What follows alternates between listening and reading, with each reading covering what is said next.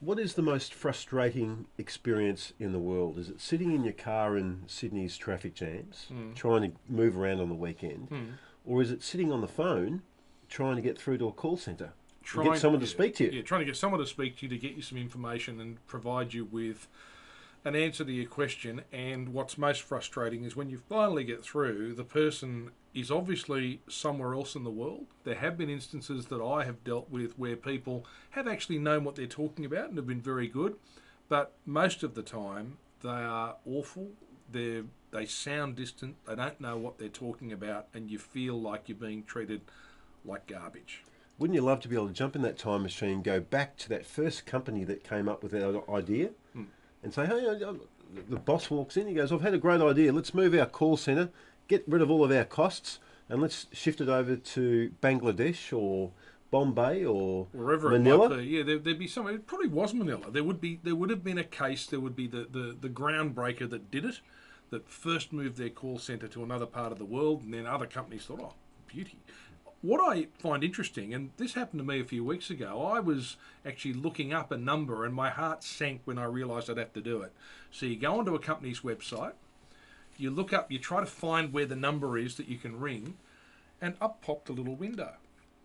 My name is so and so, can I help you? Or would you like to deal with this? So I thought, well, I'll try this. So I've tapped in. I said, well, I've got a query about this and I want some information. I'll see what I can do for you. And the next thing you know, I'm tapping back and forth with this person and I got my problem solved out straight away. Now, That's terrific. Have you heard that your computer now just starts up in the middle of the night and starts buying things online? And no, but the point I'm making is that now what strikes me about that is in talking to the person and tapping on, I had an immediate response on the screen.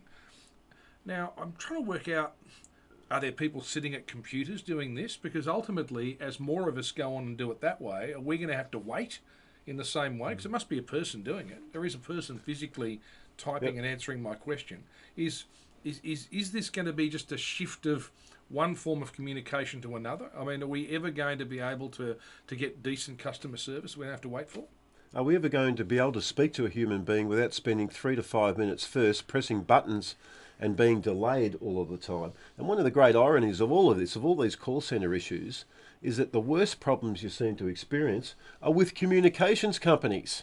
They're the ones who don't seem to be able to help you get through as quickly as possible. I mean, That's what's right. going on? What we need is a code of conduct.